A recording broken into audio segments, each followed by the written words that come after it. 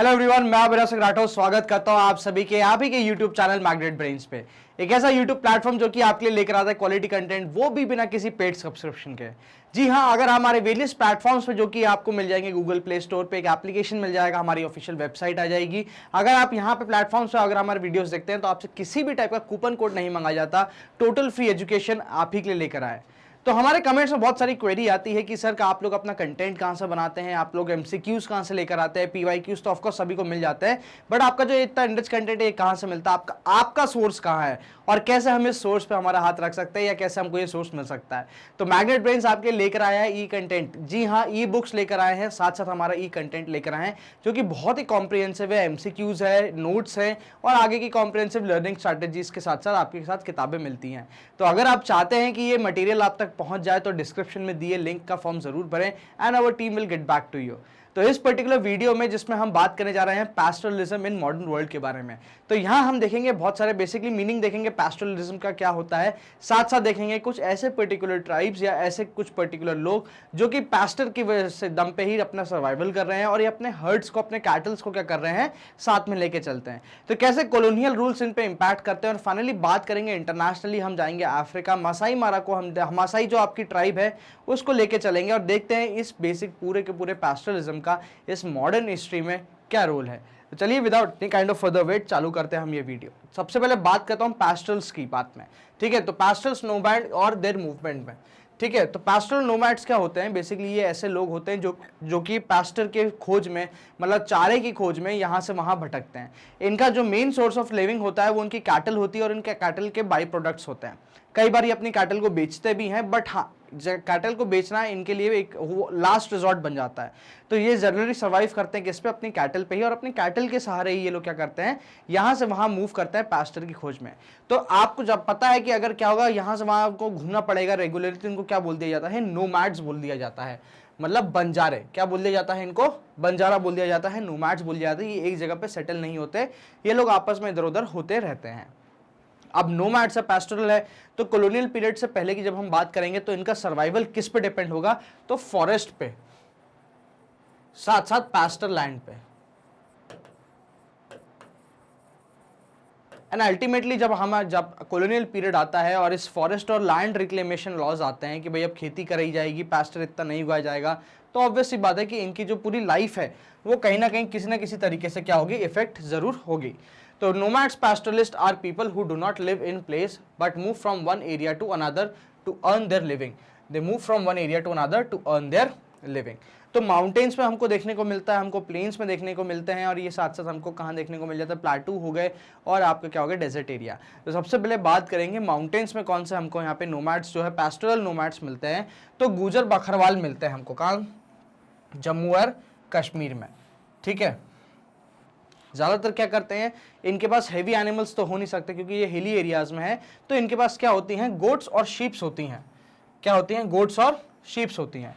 तो many of them migrate to this region in the 19th century in search of pasture for their animals. Gradually they established themselves in this area and moved annually between summer and winter grazing grounds. ठीक है, क्या होता है, summer में ये लोग थोड़ा ऊपर चले जाते हैं, हाइट्स में, माउंटेन्स में चले जाते हैं, और विंटर में क्या होता है, ये लोग वापस वैलीज में आ जाया करते हैं। तो ये ऐसे ऊपर नीचे होते रहते हैं और फाइनली क्या करते हैं, ये पास्टर के थ्रू अपनी लाइफ जी रहे हैं। In winter they live in the herds in the low hills of Shivalik range. ठीक है, विंटर में क्या रहते हैं, लो हिल्स ऑफ शिवालिक रेंज, ठीक है।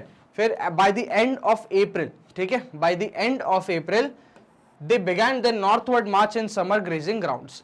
Several households come together for this, generally forming what is known as खलीफा, काफिला, सॉरी, काफिला बनाते हैं। जो बहुत सारी फैमिलीज एक साथ चलती हैं तो उसको क्या बोला जाता है, काफिला बोला जाता है। The variety of grasses that sprouted provide rich nutrition forage for the animal herds in different area of the mountain. The Gaddi shepherds of Himachal Pradesh had a similar cycle of seasonal movement. तो हमने जम्मू कश्मीर के देखा, अब हिमाचल प्रदेश में हम क्या देख रहे हैं, गड्डी शेपर्ड्स। ये भी एक पर्टिकुलर ट्राइब है, आप कह लीजिए नोमैड्स हैं, जो कि क्या कर रहे हैं, हिमाचल प्रदेश वाले एरिया में ये लोग अपने पास्टर के लिए इधर उधर घूम रहे हैं। They too spend their winter in the lower hills of Shivalik range, grazing their flocks in the scrub forest. By April, they move north and spend the summer in Lahol and Spiti. तो ये क्या Lahaul valley और Spiti valley में अपना क्या करते हैं, summer निकालते हैं। ठीक है, तो जाहिर सी बात है कि क्या हो रहा है, नॉर्थ और साउथ मूवमेंट होता है इनका। भाई जैसे विंटर में टाइम पे जो नॉर्दर्न आपके हिल्स रहेंगे वहाँ पे बर्फ जमी रहेगी, तो वहाँ पे पास्टर नहीं मिलेगा।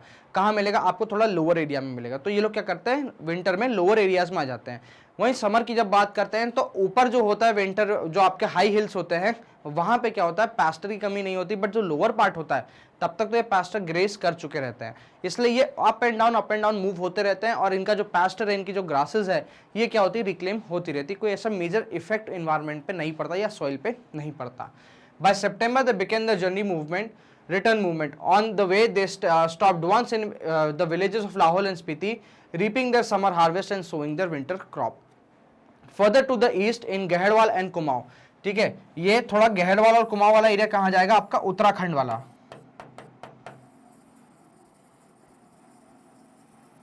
ठीक है, कहां आ जाएगा, ये उत्तराखंड वाला एरिया आ जाएगा। ठीक है, the Gujjar cattle herders come down to the dry forest of Bhabar in the winter and went up in the high meadows, the bugyals in summer. भब्बर वाले एरिया में आ जाते हैं ये विंटर में, और बुग्याल वाले एरिया में चले जाते हैं कब, आपके समर में। The pattern of cyclic movement between summer and winter pastures was typically of many pastoral communities of Himalaya, including the Bhutias, Sherpas and Kinauris. ये आपके का नेपाल के आपके वो हो जाते हैं, भूटिया, शेरपा और किन्नौरीज जो हैं, ये आपके नेपाल वाले हिमालय जो है या महाभारत रेंज जो है, वहाँ के जो शेपर्ड्स हैं, वहाँ के जो पैस्टोरल नोमैड्स हैं, उनको बोला जाता है। When the pasture was exhausted or unusable in one place, they moved their herd and flocked to new areas.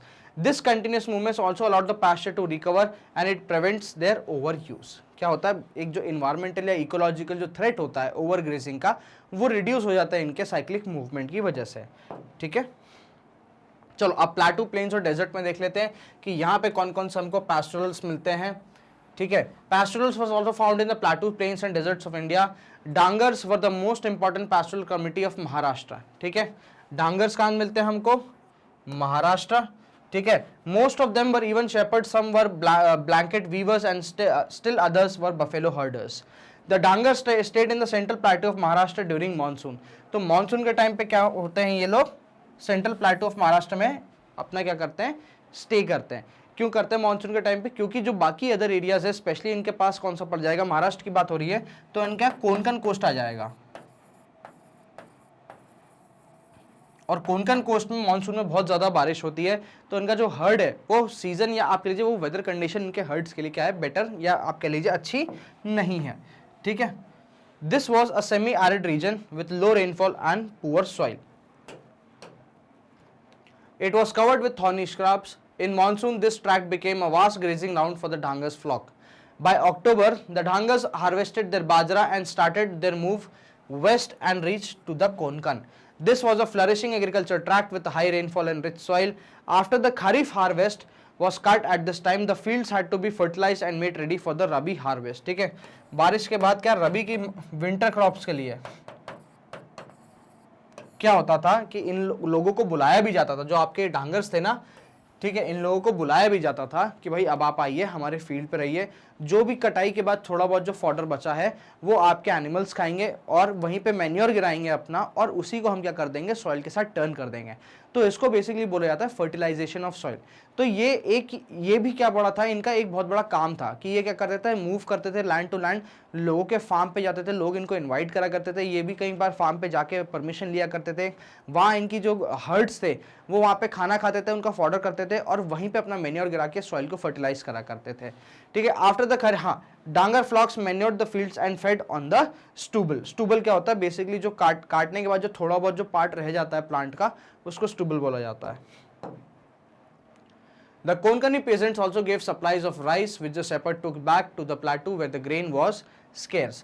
With the onset of monsoon, the Dangas left the Konkan and the coastal areas with their flock and returned to their settlements on dry plateau in Karnataka and Andhra Pradesh. Gollas herded cattle, Gollas एक आते हैं, एक और अपने आप को सब मिलता है, नोमैड पास्टोरल नोमैडिक टाइप मिलती है, कुमारास मिलती है, कुरुबाग्स मिलती है। ठीक है, They reared sheep and goat and sold woven blanket. They lived near the woods, cultivated small patches of land, engaged in variety of petty trades and took care of their herds. ये कहाँ आपके आंध्रा और कर्नाटक वाले area में. Pastorals, the rhythms of their movement was alternating of the monsoon and dry season. Monsoon और dry season में कहाँ देखने को मिलता है हमको? प्लेन, प्लेटू और डेजर्ट. ठीक है, कौन सा सीजन? मॉनसून और ड्राई सीजन. वहीं जब हम हिमालयन नोमैड पास्टोरल की बात करते हैं तो हमको विंटर और समर के बीच में क्या मिलता है? उनका साइक्लिक मूवमेंट मिलता है. In dry season they move to the coastal tracts and left the rains came. Banjara, Banjara एक और अनदर ट्राइब आपकी है, बहुत वेल नोन है. ठीक है, यूपी, पंजाब, राजस्थान और मध्य प्रदेश, महाराष्ट्र के एरिया में ये बंजारा ट्राइब मिलती है. ये काफ़ी कॉमन है, काफ़ी ये राजस्थानी कल्चर फॉलो करते हैं. सिखिज्म इनका रिलीजन रहता है और इनका काफ़ी कल्चर जो है काफ़ी रिच देखने को मिलता है. In the search of good pasture for the cattle they moved over long distances selling plough cattle and other goods to villages in exchange for grain and fodder. तो ये लोग क्या करते थे? प्लाउ कैटल्स मतलब आप बैल हो गई, आपके भैंस हो गई, ये भी बेचा करते थे और उसी पैसे से अपना ग्रेन और फॉडर खरीदा करते थे. In deserts of Rajasthan lives the रायकास.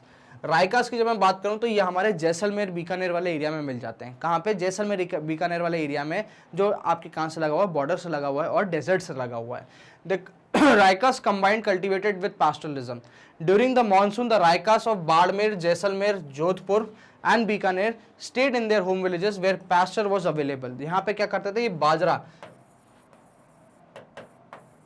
ठीक है, ये उगाया करते थे. मतलब यहाँ पे देखो राजस्थान में क्या होता है? कोर्स ग्रेन जो होते हैं या मोटे अनाज जो होते हैं आपके, बाजरा हो गया आपका, आदर जो मोटे मोटे ग्रेन्स हो जाते हैं आपके, ठीक है, मक्का हो गया, बाजरा हो गया, ये सब उगाया जाता था. ठीक है, रागी हो गई, वो सब उगाया जाता था. By October when this grazing grounds were dry and exhausted they move out in search of other pasture and water. अक्टूबर के बाद क्या आ जाएगा? देखो अक्टूबर तक आपका मानसून खत्म, फिर ऑटम चालू होता है, ऑटम के बाद विंटर. तो विंटर पे वहाँ पे सर्वाइवल ऑलरेडी बहुत मुश्किल है. क्यों? क्योंकि डेजर्ट एरिया है, पानी की वैसी कमी है. तो पानी ढूंढने और फॉडर ढूंढने के लिए क्या करते हैं? अक्टूबर में ही निकल जाते हैं. ठीक है, and return again during the next monsoon. One group of Raikas known as Maru. Maru का मतलब होता है desert. Raikas herded camels and another group reared sheep and goats. The life of these pastoral groups was sustained by a careful consideration of host of factors. They had to judge how long the herds could stay in one area. They knew where they could find water and pasture, needed to calculate the timing of their movement, ensure that they could move to different territories. They had to set up a relationship with the farmers on the way so that the herds could graze in the harvested fields and manure the soil. तो ये है जाते हैं factors आपके of their survival.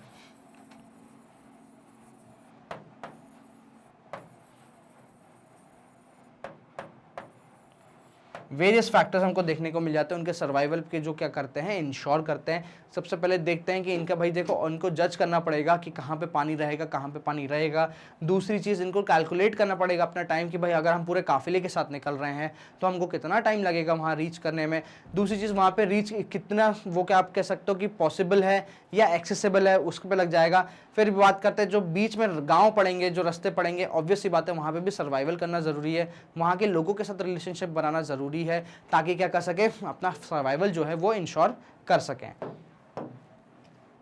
Under colonial rule, चलिए अब देखते हैं कॉलोनियल रूल और पैस्टोरल राइट क्या इफेक्ट पड़ता है. कॉलोनियल रूल जब आता है तो आप जानते हो कि बहुत सारे इम्पोजिशंस, लॉज जो हैं आपके इम्पोज करे जाते हैं, साथ साथ बहुत सारे रिस्ट्रिक्शंस इनके पे करे जाते हैं, इम्पोज करे जाते हैं. अभी हमने इसके प्रीवियस वाले पार्ट में हमने क्या देखा था? फॉरेस्ट लाइफ पे देखा था.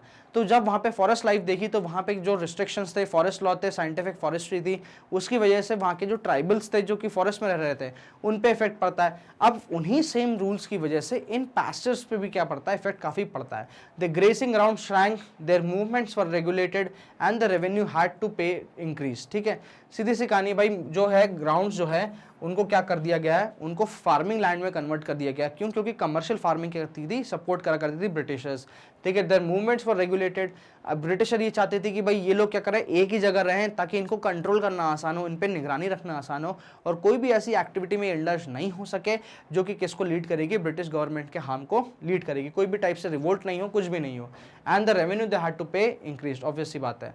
The colonial state wanted to transform all grazing land into cultivation farm. ये इनका रीजन हो जाता है कि क्यों उनकी लाइफ जो है उत्पीड़न में चली जाती है। Colonial officials all uncultivated land appear to be unproductive, it produce neither revenue nor agriculture produce. तो इसलिए क्या करना चाहते थे, जितना भी पैस्टोरल लैंड था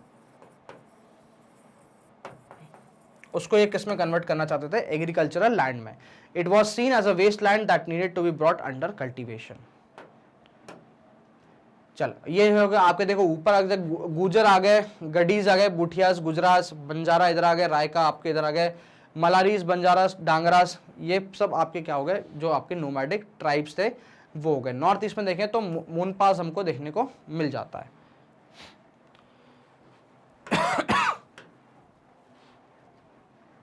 the wasteland rules were enacted in various parts of the country, कि अब इनको क्या करा जाएगा, एग्रीकल्चर में कन्वर्ट करा जाएगा by force.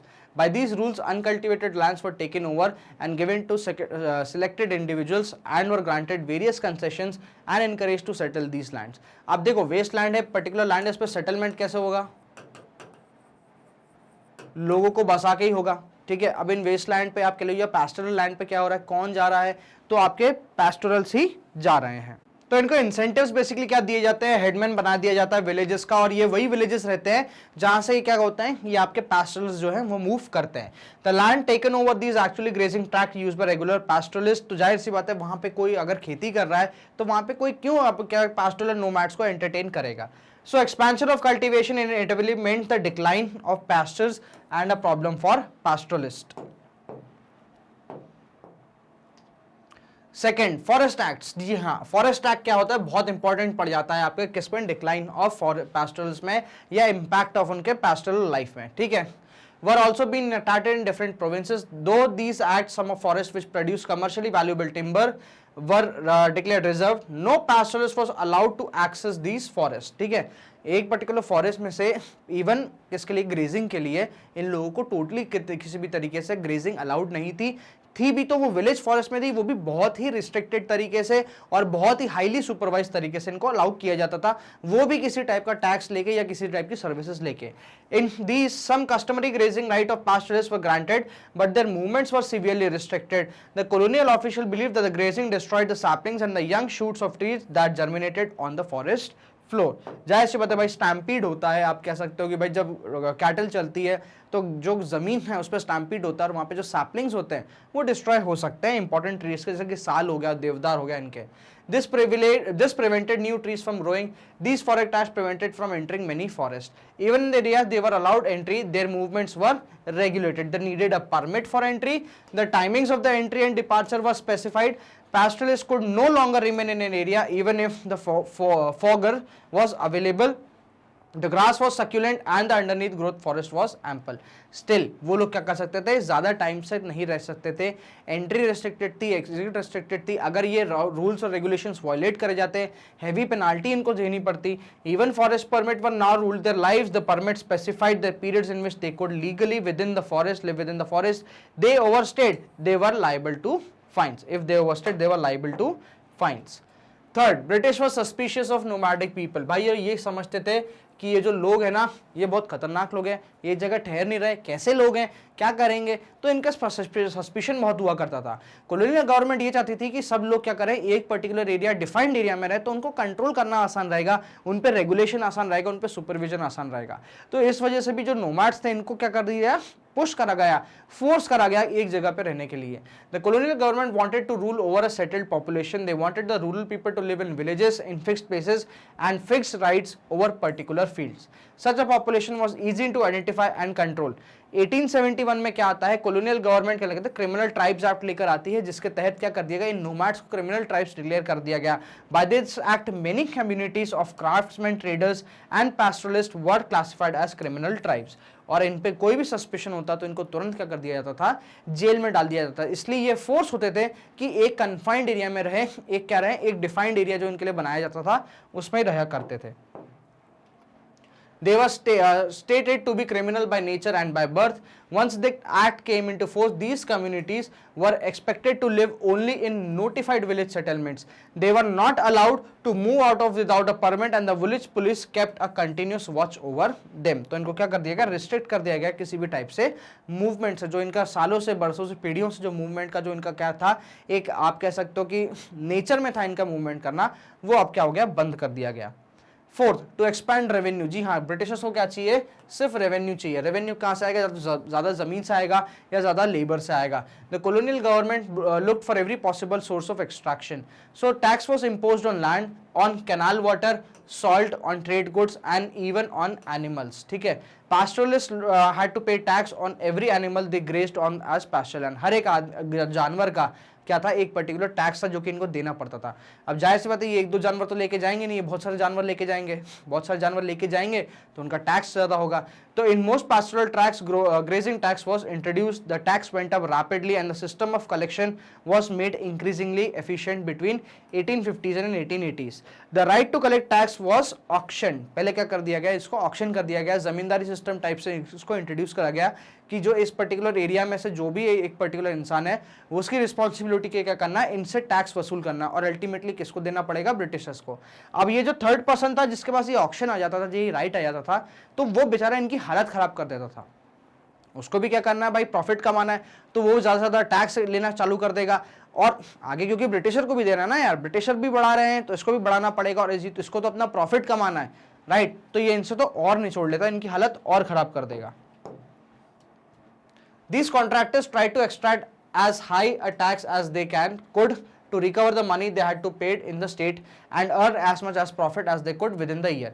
By 1880s government क्या करने लग गई, इनसे डायरेक्ट टैक्स लेने लग गई। ठीक है, each of them was given a pass to enter a grazing tract। A cattle herder had to show the pass and pay the tax। और इस पर्टिकुलर पास में पूरी डिटेल रखी जाती थी कि इसके इतने पैस्चर आ जाएंगे, इसके इतने एनिमल्स रहेंगे और इस पे इतना टैक्स होगा। The number of cattle herds he had and the amount of tax he had to pay what enter on the pass. चलो अब इनके चेंजेस देखते हैं, how do the changes affect the lives of pastoralist. ठीक है, led to a serious shortage of pasture when grazing land were turned into cultivable fields। The available area of pasture land declined। तो ये यहाँ पे सबसे बड़ा effect पड़ जाता है। pasture decline होगा तो quality of cattle क्या होगी, डिक्लाइन होगी। Similarly, the reservation of forest meant the shepherds and the cattle herders could no longer freely pasture on their cattle in the forest। तो यहाँ से क्या होगा, यहाँ पे इनका जो इनकम होगा वो रिड्यूस होगा, क्योंकि इनको अब टैक्स देना पड़ेगा। जहां इनको पहले फ्री में पैस्चर मिल रहा था नॉर्थ साउथ सर्कुलर या साइक्लिक मूवमेंट पे, अब इनको नहीं मिल रहा। As pasture land disappeared, this led to continuous intensive grazing of this pasture land. कौन सा पैस्चर लैंड, ये जो इन पे टैक्स दे रहे थे या इन पे जो था, जो आप कह सकते हो पैसा देके चारा था वो अपने उसको दे रहे थे, एनिमल्स को। When the restriction were imposed on pastoral movement, grazing land became to be continuously used and quality of pasture declined। This in turn created a further shortage of forage for animals and deterioration of animal stock। Unfed cattle died in large numbers। जाहिर सी बात है, over grazing की वजह से soil loose हो जाएगी, soil की fertility जाएगी, इरोजन होगा, और अल्टीमेटली जो नया उस पर फॉडर जो उगेगा वो उसकी कम क्वालिटी का होगा। चलिए, how did they cope up with the changing situation. भाई जे कुछ तो क्या हो गया भाई, फॉरेस्ट रिसोर्सेज करने लग गए, कुछ लेबर कन्वर्ट हो गए, कुछ ने जानवर बेच दिया, कुछ अभी भी इसमें चल रहे थे। तो pastoralist reacted to these changes in variety of ways. ठीक है, some reduced the number of cattle, other discovered new pastures when the movement to old grazing grounds become difficult। After 1947 camel and sheep herding जो आपके रायकास हुआ करते थे could no longer move into Sindh and graze their capital, क्योंकि अब क्या हो गया, पॉलिटिकल बाउंड्री क्रिएट हो गई, अब वो सिंध नहीं जा सकते। The new political boundary stopped their movement। In recent years they have been migrating to Haryana where the sheep can graze on agricultural field। This time that the field need manure, the animals provide that particular manure। Some richer pastoralists began buying land and settling down, giving up the nomadic life। अब याद होगा यहाँ पे क्या हो रहा था भाई, सेटलमेंट करा रहे थे, क्या लालच दे रहे थे, विलेज हेड। तो ये क्या हो गया, पैसा आने लग गया इनके पास, ये लोग और कैटल बाय करने लग गए और अल्टीमेटली क्या हो गया, स्थायी हो गए। सम बिकेम सेटल्ड पास्चर कल्टिवेटिंग। ठीक है, others took more extensive trading At times they lost their cattle and sheep became laborers working in fields in small towns. Yet in many regions their number have to be expanded. इसके बावजूद इनके number क्या हुए, कई regions में कई जो nomadic tribes थी उनमें इनके नंबर जो है पॉपुलेशन में इंक्रीज देखने को मिलता है. They changed the direction of their movement, reduced the size of the herd, combined pastoral activities with other forms of income and adapted to changes in the modern world. अब देखते हैं हम किसके pastoralism in Africa.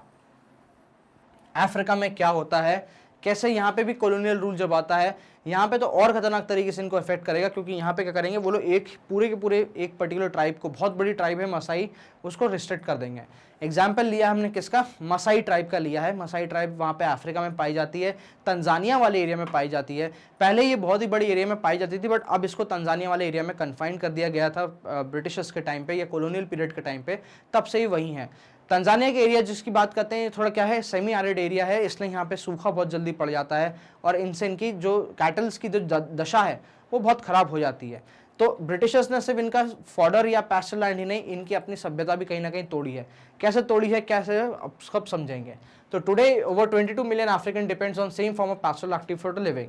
They include communities like Bedouins, Berbers, Maasai, Somali, Boran और Turkana. ठीक है, ये जो है आपकी, ये बहुत फेमस वहाँ की नोमैडिक ट्राइब्स है, पैस्टोरल नोमैड्स ट्राइब्स हैं.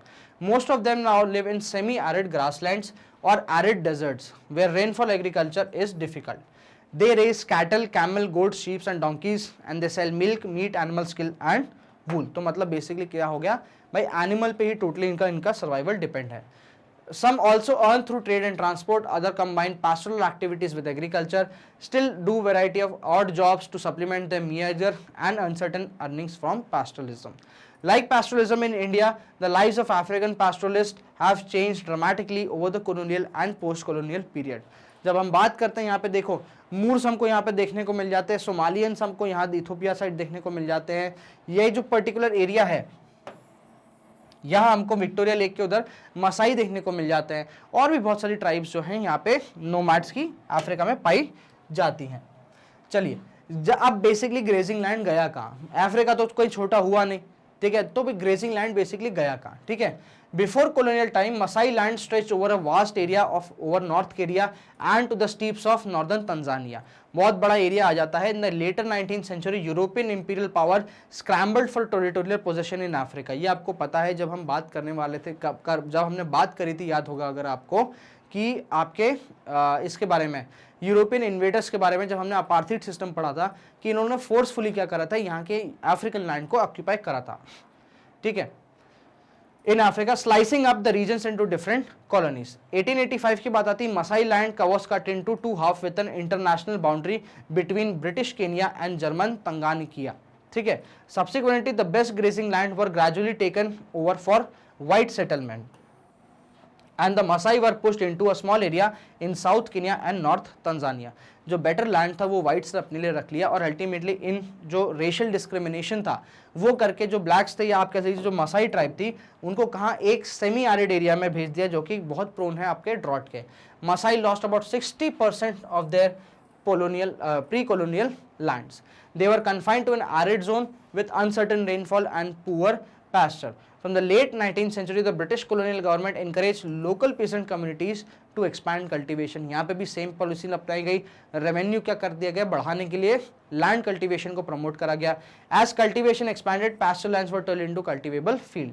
In pre-colonial times, the Maasai pastoralists had dominated their agriculture neighbor both economically and politically. But ultimately post-colonial क्या होता है या colonial time पे क्या होता है, मसाई अपनी इंपॉर्टेंस जो है वो धीरे धीरे खोने लग जाते हैं. क्यों?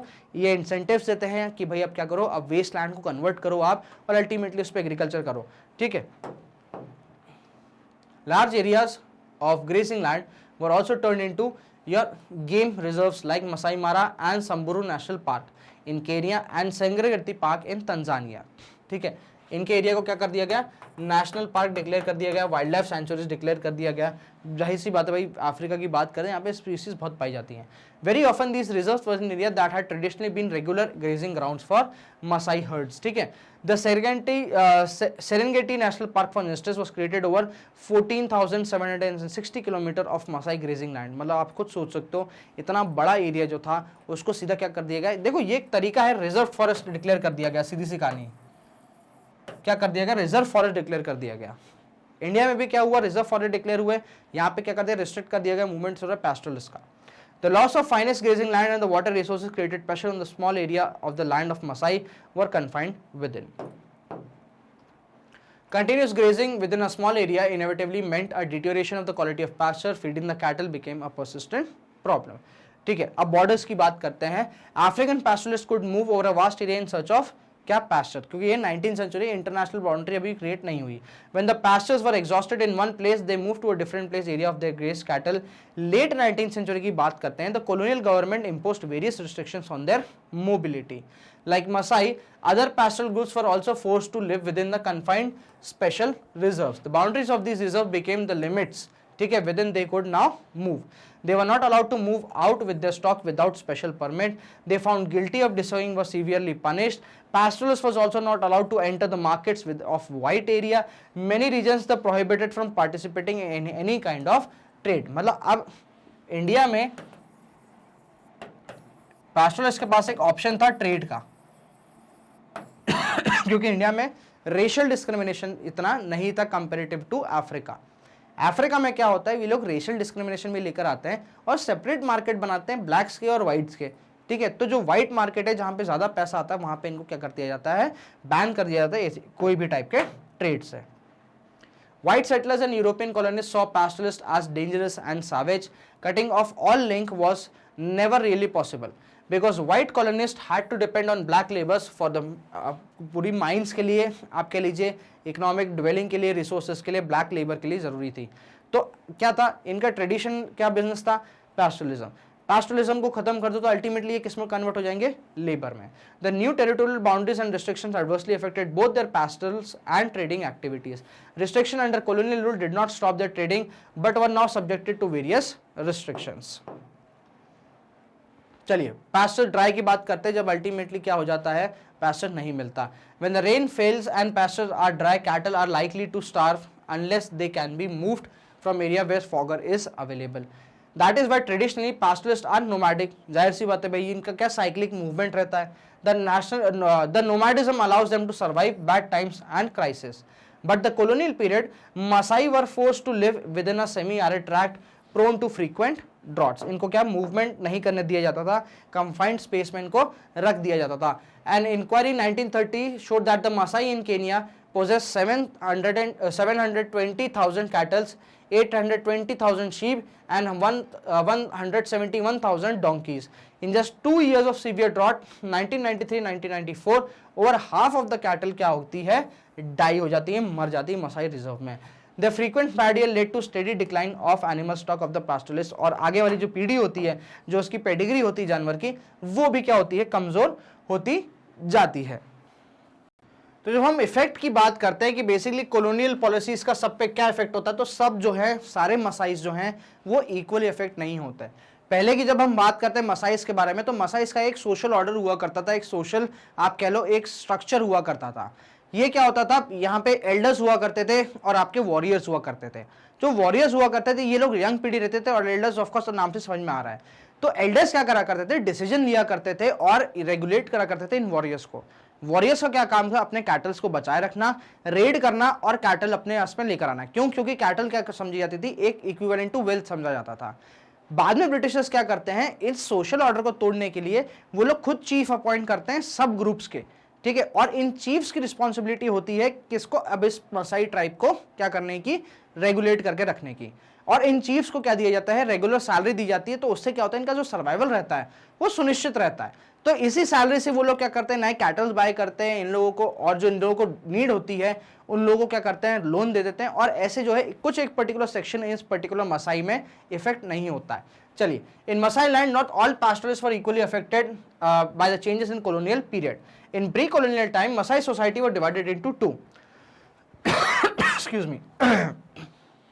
Elders and warriors. Elders formed the ruling group, ठीक है, and met in periodic council to decide the affairs of the community and settle disputes. Warrior consisted of younger people, mainly responsible for protection of their tribe. They defend the community and organize cattle raids. Raiding was important in society where cattle was considered as wealth. Young men came to be recognized as the member of warrior class when they proved their manliness by raiding cattle of other pastoral groups and participating in wars. They, however, were subjected to authority of elders. To administer the affairs of Maasai, the British introduced a series of measures. तो हमको यहाँ पे देखने को मिलता है क्या, एक बहुत ही अनकंट्रोल्ड टाइप में, या आप कह लीजिए अकॉर्डिंग टू ब्रिटिशर्स एक बहुत ही अनसिविलाइज्ड टाइप में एक पर्टिकुलर कम्युनिटी का ऑर्गेनाइजेशन, एक पर्टिकुलर कम्युनिटी का एडमिनिस्ट्रेशन। तो ब्रिटिशर्स क्या करती है कि इनके जो सब चीज़ें हैं, इनकी जो ट्राइब्स की जो मान्यताएं हैं, उन पर रोक लगाने के लिए, उन पर अंकुश लगाने के लिए, इनका सोशल स्ट्रक्चर तोड़ने के लिए, सोशल थ्रेड तोड़ने के लिए बहुत सारे मेजर्स लेकर आती हैं। उनमें से एक था, they appointed the chiefs of different sub groups, ठीक है, who are made responsible for the affairs of the tribe. British imposed various restrictions on raiding and warfare. The chief appointed were often accumulated wealth over time. क्या होता था, इनकी regular income होती थी, which they could buy animals, goods and land. They lent money to the poor. यहाँ से क्या करते थे, जो टैक्सेस हुआ करते थे वो लिया करते थे, इन लोगों से इंटरेस्ट लिया करते थे. And many of them began living in towns and became involved in trade. These chiefs managed to survive the devastation of war and drought. They had both pastoral and non-pastoral income and could buy animals when their stock was depleting. The life of poor pastoralists who depended on their livestock was different. Most often they did not have the resources to tide over the bad times. In times of war and famine, they lost nearly everything. They had to go looking for jobs in town. The social changes in Maasai society occurred at two levels. पहला, traditional differences based on age, ठीक है, was distributed through, it was not break down entirely. Secondly, a new distinction between the wealthy and the poor pastors were developed. तो Britishers ने क्या करा, इनको अंदर से ही तोड़ दिया. पहले तो ऑलरेडी एक जो टूटे हुए थे एल्डर्स और वॉरियर्स के बीच में, तो वो इनको सोशली इतना हार्म नहीं करा था, बट ये जो इकोनॉमिक बेसिस पे इनको जब तोड़ा गया तो वो क्या हुआ, बहुत ही ज्यादा हार्म करता है. तो ये था पूरा का पूरा आपका क्या ISSO का forest society and pastoralism in modern world का पूरा वीडियो यहाँ पे कंप्लीट हो जाता है. मैग्नेट ब्रेन्स आपके लिए लेकर आता है किंडरगार्टन से लेकर क्लास 12 तक के सारे कोर्सेज, बहुत अलग अलग सारे कोर्सेज 100% फ्री. आप हमारे वीडियोस देख सकते हैं हमारे यूट्यूब चैनल पे, आप आ सकते हैं हमारे ऑफिशियल वेबसाइट जो कि magnetbrains.com, और साथ साथ आप हमारा क्या कर सकते हैं, एप्लीकेशन डाउनलोड कर सकते हैं. इन वेरियस प्लेटफॉर्म्स जब आप वीडियो देखते हैं तो आपसे कोई भी टाइप का कूपन कोड नहीं मांगा जाता. 100% फ्री एजुकेशन मैग्नेट ब्रेन्स आपके लिए लेकर आता है. हम साथ साथ हमारा लेकर आए ई कंटेंट, जिसमें आपको मिलते हैं MCQs, आपके नोट्स और बहुत सारी अदर ई बुक्स. अगर आप इस मटेरियल पे अपने हैंड्स ऑन चाहते हैं तो हमारे डिस्क्रिप्शन में दी हुई लिंक पे ज़रूर क्लिक करें और फॉर्म फिल करें, and our team will get back to you. हमारे चैनल को लाइक करते रहें. हम बस सब्सक्राइब का बटन ऑफकोर्स आप लोगों ने दबाई दिया होगा. वीडियो को लाइक करो, शेयर तक करो अपने पीयर ग्रुप में. साथ साथ बने रहो, फॉलो करो हमको हमारे सोशल मीडिया पे, इंस्टाग्राम, फेसबुक, टेलीग्राम और ट्विटर पे. Thank you so much for watching this video.